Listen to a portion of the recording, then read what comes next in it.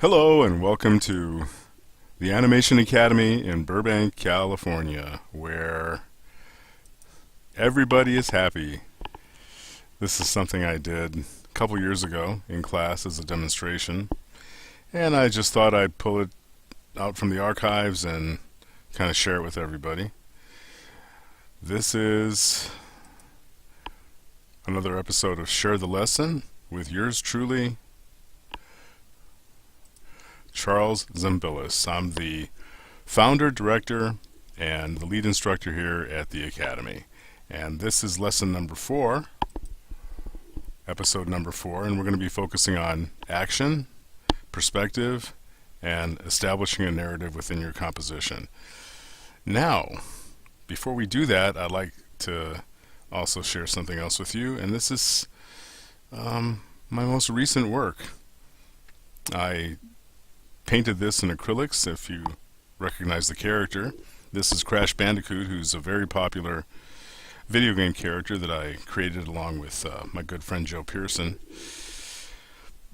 back in the mid-90s. And 20 years ago this month, Crash debuted in his first game on the original Sony PlayStation. And what happened with this was I was at I was invited to a music and arts festival here in Burbank at a park just between NBC and Disney. They had been closed for a couple years, and I was invited there to do a painting demonstration at night on behalf of the Burbank Art Association. And I did this in the street light. Couldn't see what I was doing because the lighting was bad in this area. And I did this, painted it almost in the dark when I brought it out, into the normal light. I was kind of surprised at what I had. So this was a lot of fun. And I want to also show you another painting that I did. This is, let's see where it went. Here we go.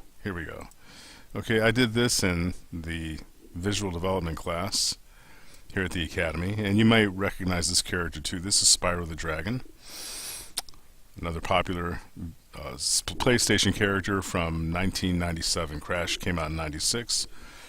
This character came out in 97, so Spyro will have his 20th anniversary next year. This is what the original painting looked like. I painted both compositions on heavy-duty illustration board, the kind that traditionally you would use for painting backgrounds and animation, feature animation, prior to the digital age that we're in right now. And this is the finished composition. Took me 4 sittings with my classes, each one maybe about 45 minutes to an hour. And the other drawing that I did of Crash is also about 45 minutes to an hour as well. Okay, great. Now that we got an extra burst of color for this episode of Share the Lesson, let's go into our actual lessons, the actual meat of the class, of the session. And here we are with Mario. I featured Mario in episode number 1. Real talented artist up in the Sacramento, California area. And to get you grounded, I want to show you what Mario was doing back in the days when he first started with us. A few months ago, this was his very first drawing that he did to start Character Design 1. Now he's in Character Design 2. And what he's doing in this assignment is 2 characters in a composition that is action-oriented. And this is what he did. So you can see it's a big improvement over what he was doing initially when he started the class, but there's still some issues that we need to go over. So why don't we take a look and see how we can improve upon what Mario did. Well, first thing I did was I established a horizon line right here. Okay, and I established also a vanishing point back over here. This is real basic perspective, and what this is I initially created, just very lightly sketched out, a perspective grid where everything goes back to a vanishing point on your horizon line.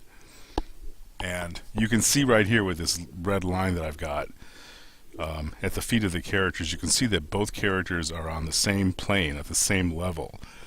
And what's happening is you're really not enhancing the opportunity that you have for showing depth of field. So what I did here was I redrew the character that was throwing the punch, and I used a technique whereby I can focus on something called the line of action, which is a line that kind of sweeps through your pose, which is a fundamental of the actual animation process. I could really push this a lot more than I did, but I was just trying to be, like kind of conventional and not get too crazy with it. When you're animating, you really want to push that. Even when you're not, you really want to push the dynamics of a pose like that. And then on top of that, there we go. Here's the other fellow. I had a little bit of trouble working that leg right here. There we are. That's a little bit better. I had a little bit of trouble working that leg. I'm overworked. I was trying to find a good spot for it.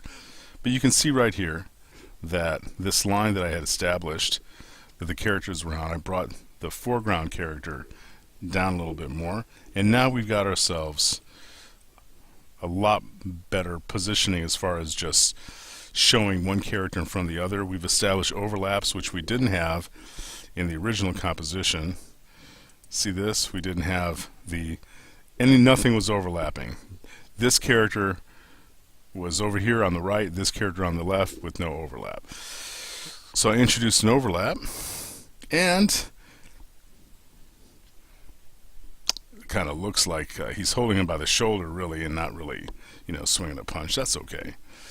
And then I did one more thing, and the thing I did to kind of add an extra element to this was I create a story out of it where he says, "Take that, you scoundrel." Oh, that's all you got. So now we've created a narrative with our composition by introducing, like the aspect of dialogue. Now we can kind of tell a story with this, and it kind of makes it much more interesting. It's not just two characters that are, having a conflict, a physical conflict. It's much, more than that now. You're actually telling a story, and it's become a narrative. And I can see right here a way of improving even upon the notes that I had given Mario. And I think that by bringing this leg over here like that a little bit more, you're filling in this spot. And you can see now that you've got lots of these real interesting areas here that function as negative shapes, which are very good as far as the composition is concerned. All these overlapping elements create an interesting composition that's dynamic and is, an improvement over what we started with. Okay? All right. Okay, let's move on to another student here. And this is a very interesting, a very interesting composition, because this is done by an artist student by the name of Tom, and Tom lives in the Boston, Massachusetts area, and he's very well accomplished in another field. He's not somebody that is necessarily, he's at a different point in his life, and he wants to create art, and he's doing a real nice job with it, and I really enjoy what he's doing here in the face of his character. Let me show you what he originally did to start with. This was in July 6th. Right now it's September 26th. So it's about 2.5 months, 2 months and 3 weeks later. And you can see the improvement that Tom made. He went from something that was really, very simple and not much to it as far as his first drawing is concerned, to something that shows like, he's kind of going somewhere now, and it's real interesting what he's trying to do. He's got this gunslinger leaning against the wall. So the first thing I did was I went in and I showed him, Tom, look at this. This is what happens when you create what's called a perspective grid. And this perspective grid right here consists of the horizon line HL for the horizon line, which is right here. The vanishing point, this is real basic one-point perspective, and everything goes back to the vanishing point. And then you've got these horizontal the aspects to the grid, which creates a surface. Now there's a ground for the character to actually be, supported on, and everything is going. You got all these strong verticals now, and everything here is going back to the horizon line. So you can see the difference this makes by not having a perspective grid and having a perspective grid and having everything placed the way, and authentically the way that it should be. This grid right here is something that I established. If you want to put, like, let's say a wall there, okay, you establish a grid that goes like up and down, just basically just a simple checkerboard kind of pattern, and that encloses this area. Okay, so let's leave the grid up there for the time being, and we'll go to the changes, the suggestions that I made to improve its composition. And I start off with, first of all, focusing on getting that hat to fit correctly on the character's head. And you can also see that the arm here is at a weird arc, so I'm reversed the arc, made it more natural, something more natural for the arm. And I've introduced an S-curve, and I've simplified everything, and I properly placed the hand on the gun of this gunslinger cowboy type guy. And I went in here and I established the feet, firmly on the ground. And this boot over here is leaning against the wall like it should, and you got a good solid composition. What I did also was added a little bit of some surface texture, little stones and pebbles and stuff that a guy might, that you would expect in a situation like this, like in the Old West in the desert. And I added this little cactus here, and now you've created an environment, and now you've got this situation where you've got this world now that you're establishing, and the character now can kind of be in the context of a interesting situation. Now, what struck me as I looked at this was, how about if we take this little cactus and we move him down a little bit, right over here, and we line him up right in front of this gunslinging cowboy. Okay? And what happens now is this cactus becomes the center of the cowboy's attention. He's looking directly at it, and I was thinking, what kind of a narrative can we create out of that? So just having a little bit of fun, I just sketched this in. The cactus says, "Hi." The cowboy says, "Howdy." And he says, "I'm a cactus." The cowboy says, "I see that." The cactus says, "Would you like to sit on me?" The cowboy says, "No, thank you." And see, you've got, a little story going on, just something kind of funny and whimsical and different and odd. And now you've got, a narrative. There's your narrative.